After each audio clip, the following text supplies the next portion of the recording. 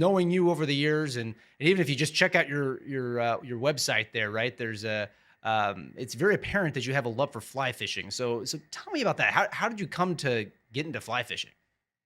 I've always loved fishing in general. Ever since I was young, I've always loved fishing and involved my children when they were young in that. But we moved to Montana in 1990. I had three young children at the time, and I had seen lots of different things about Montana. And I knew it had an abundance of rivers. Actually, we lived in Helena, Montana, and I had 20 rivers within a 2-hour drive of my house. It was unbelievable. And I'd always been intrigued by the idea of fly fishing. I'd never tried it. So I just simply asked somebody that was in my congregation at church that I knew was into fly fishing if they would mind just showing me the ropes, if you will. Unbeknownst to me, he had a very different approach in mind. It was in the early winter when I mentioned that to him. He showed up one night at my house. It was 9 o'clock, which it's dark by 9 o'clock in the wintertime in Montana, I can assure you that. And he knocked on my door, and he had a whole bunch of boxes that he was hanging on to and said, "Are you ready to start?" I remember thinking, okay, I just put my kids to bed. I was ready to go to bed, and I invited him in. I was very gracious, and he set up at our dining room table. He put a couple vices on our table that he fastened to our table, and he brought out all kinds of feathers and furs and hooks and everything else and said, "What do you want to start tying?" And I don't think I could have named two bugs back then, but we started tying flies. And he would talk to me about fishing, and we were tying flies, and he would do that twice a week for 2 months. He did that. He'd come twice a week, and we would tie flies. And then in February, he took me out on his boat. I can assure you it was cold. And I remember catching my first rainbow trout. It was almost 18 inches, and I think more than the fish was hooked at that point. What a sweet experience that was. He was so kind and patient. And the one thing he did that wouldn't have happened had he not been so unorthodox about that is I actually got into tying flies. If somebody just took me out to fish, I would have just, for the rest of my life, just bought the flies I needed. But because Ed came over and brought vices and boxes of stuff. In fact, when he was all done, he said, "Look, I got more stuff than I need. You keep this stuff." And I had no idea what the value of it was till later when I realized he left me with hundreds of dollars worth of feathers and furs and thread and hooks and everything else. And I remember starting to tie some flies at home. I still had young kids at home, so not a lot of extra time. And my wife mentioned to me one time that when she was in my office and somebody had called in my office, she said, "You seem to be not as patient as you probably ought to be on the phone." And her suggestion was, "You ought to tie flies when you're in your office. You'll be more patient on the phone." I just remember thinking that was an interesting piece of advice, but it worked. I got a headset, put it on, and every single phone call I took for years, I would put on my headset, answer the phone, swing around, and start tying flies. And I was never in a rush to get off the phone. I was very patient with whoever called for whatever reason. And most of them were clients with questions and challenges and whatever. And for years, I just tied flies when I was on the phone in my office. And I found that to be therapeutic, really enjoyable. And I could do that. I guess there is truly multitasking. I don't know if that's accurate or not, but I could talk and tie at the same time and found my calls were much more productive than they otherwise might be.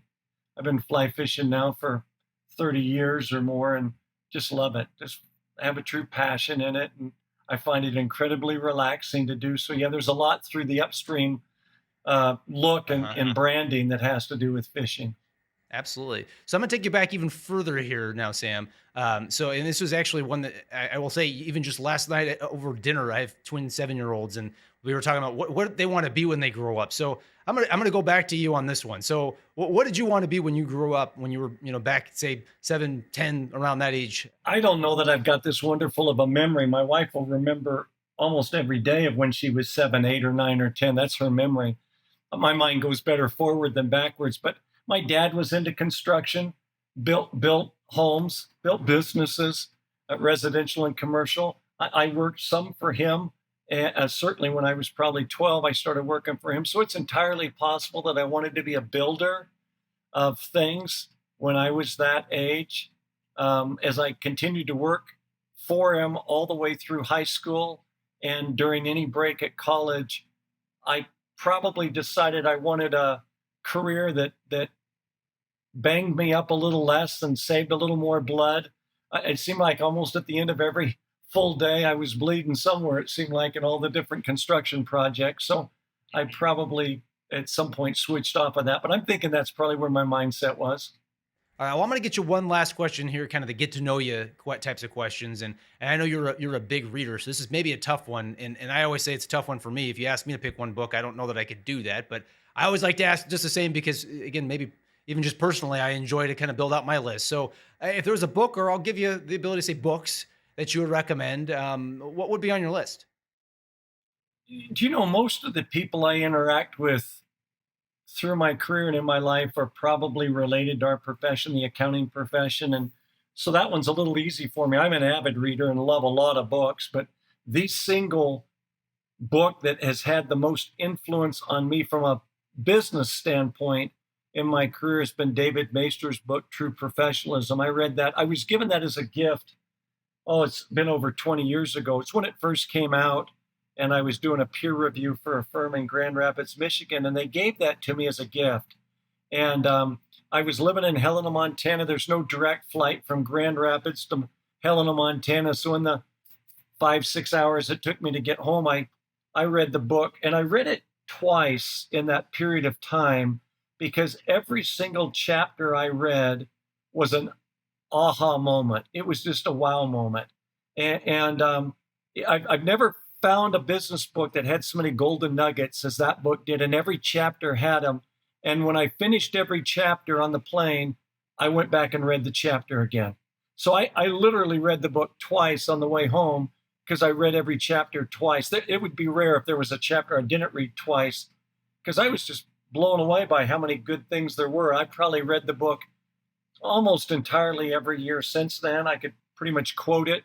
It's been the best business book for our profession I've ever read. I've read a ton of them.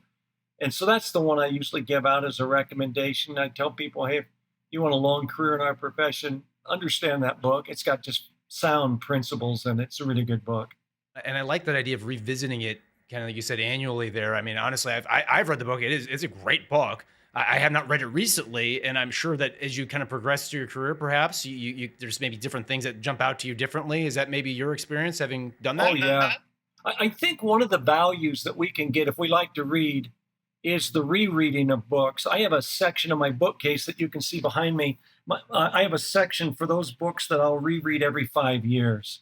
And they're just that good. They're books that are worth a reread, like The 7 Habits of Highly Effective People, Covey's book, or Good to Great, Cullen's book, or a host of other ones.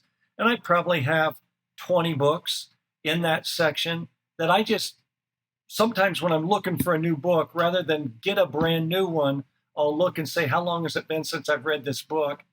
And I may not read it cover to cover. I'm not sure. I would be honest if I said I read every one of those cover to cover every 5 years. I don't know that that's would be accurate. Some I do. But to pick it back up and read key sections, key chapters, key concepts, I find those are gifts that just keep giving.